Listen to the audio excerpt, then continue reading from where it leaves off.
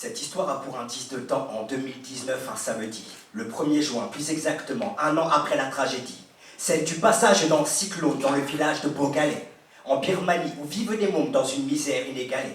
Leurs familles ne sont plus qu'un amas de corps figés sous terre, des disparus, des croix dans un cimetière, des mômes sans avenir qui peu à peu choisissent l'exil, si peu heureux, souvent martyrs, esclaves des filières du textile.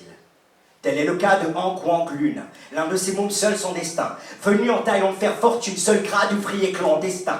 Sous mouvement pro-démocratique, la couture lui fut enseignée, lors d'ateliers fantomatiques pour les exilés sans denier.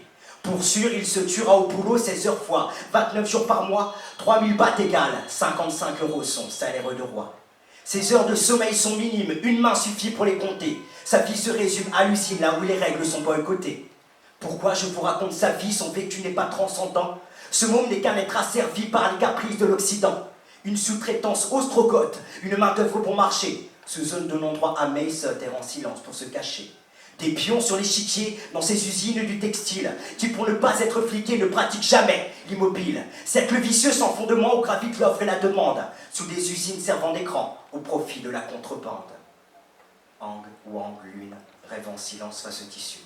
Parfois, les pensées dans la lune cherchent une solution, une issue.